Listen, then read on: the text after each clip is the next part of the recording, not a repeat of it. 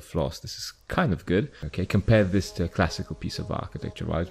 Maybe to a Renaissance piece. The problem is, you can't trick it. This is a very good intermediary stage.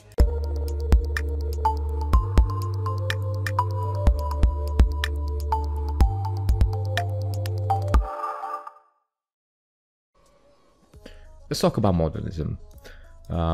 These are the drawings. They're looking quite good from a distance, and they are mostly about the true modernism, the international style, and a bit about the incipient style of modernism, the early modernism. Right, let's get to it.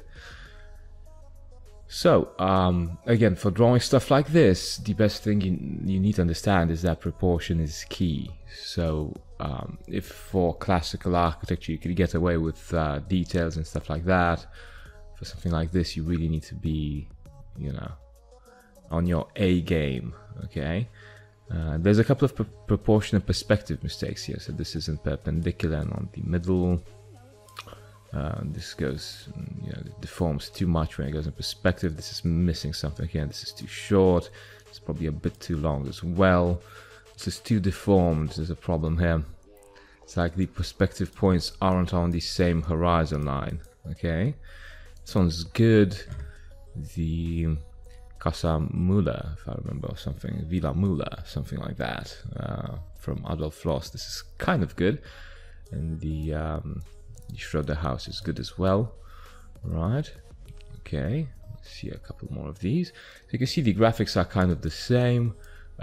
This one's a good design sheet because it basically says a lot of things. Okay, the less is more quote by Mies van der Rohe. That's actually a very good reference to the complete international style. So modernism, you see, is quite different from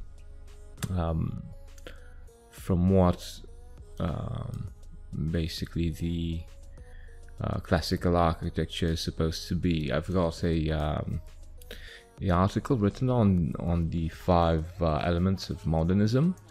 Let's shift forward a bit so we can see. Right, these are the important ones because they are the early modernism. So this is Frank Lloyd Wright and basically Lewis Sullivan. Okay, Auditorium building and this tower building. Okay, so you can see obviously this should have been a bit longer. It's missing a vertical dominant.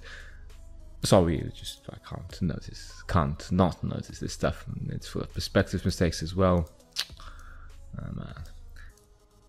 Yeah. Regardless, though, you can see there's quite a bit of graphics happening here. So these buildings are very, they're volumetric. Okay, compare this to a classical piece of architecture, right? Maybe to a Renaissance piece. So it's got parts going up, parts going down. I think this volume here should have been like in one piece or something. Again, regardless, it's full of perspective mistakes, man. Damn. Right, it's really hard sometimes to understand these buildings. Okay, the only way you can understand them is by first drawing them in thumbnail sketches. Okay, although this is a lot of work, it's kind of high quality. It still has a lot of mistakes. Like the thumbnail here isn't at ground level.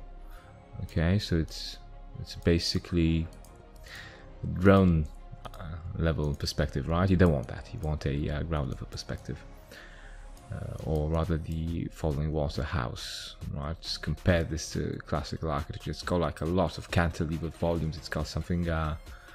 Something more linked to the way we do architectural composition. Okay, and yeah. Let's have a look here at a couple more of these drawings. So you can see the mistakes in skill set, they just carry through, right?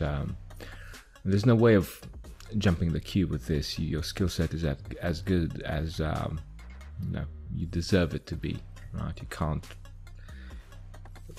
can't make it be better than by a trick, or I'll just do this trick and I'll learn. No, you need to do your best, and regardless you'll make mistakes. Like there's another perspective mistake here.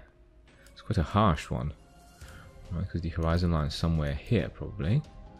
And this is looking like it's diverging towards a point which is too close on the horizon line. Right? Oh, this is bad. Yeah. Alright. This is another example with a bit more aggressive graphics, which is very good. Good work, good work. It's actually a good drawing. It's full of a bit of pain, you could say, but it's very artistic. I mean, this obviously has qualities to it. Okay. This should have been larger here. Should have been shorter here. This is good. This is good. This could be good, but there's a perspective mistake somewhere. This is too short here. The Oscar Niemeyer building. 1 second. Brazil. Congress building. Yeah, this is good, man, but it's like missing some. This should go in like so. Regardless, very good drawing. So you can see that stuff like this just really helps you understand. So I always say, architectural drawing is about it's a skill set mostly. So you need to practice it so you can get it. Okay. And just a short recap. Try to focus on understanding each building, right? Because each building here has a meaning to it, and obviously how it works as a composition. Number 2, get the proportions right just by having correct thumbnails. I know when you're starting off it's quite difficult, but yeah, we will get there. Okay. And I think number 3, just be careful about the real skill set that you have, okay, which is line drawing, okay, because that can mess things up a bit for you. See, it's full of perspective mistakes. You can get really carried away. Okay, you see, like these lines here, they don't go correctly in perspective. They are, basically, literally parallel. And they should be converging, something like so. Okay. But yeah, there's not a drawing here that hasn't had a lot of effort put into it. The problem is, you can't trick it. This is a very good intermediary stage, but again, there's a bit more work to be done. Look, this is like half of the Bauhaus building, right? It needs to be longer. And graphics wise, I recommend you go for the black and white and the live color. Okay, so you basically got something like this, right? This is a small perspective mistake here. So you basically got in your composition, you've got your shadows colored by basic 2B pencil. Any graphite pencil, and then you use color to highlight the window area, okay, just to show a bit of transparency. I think here you've got a very good example of transparency, right? You can like see inside the building, which is perfect. This is what you want for all modernist buildings. You want them to look like they are literally a volume, okay, and they stand out. And there's obviously little quirks about each of these buildings. You see the Schroeder house here, it has a like a blank wall here, which is actually accurate. That's how it looks. It's surrounded by a conservative neighborhood, which is very good. Or like the Corbusier buildings have like a car in front of them, which is I think Corbusier was really keen on the building being like a car, like a vehicle for living. Cool. If you like this video, I don't know, just get in touch if you want to learn stuff like this, or even better. Right?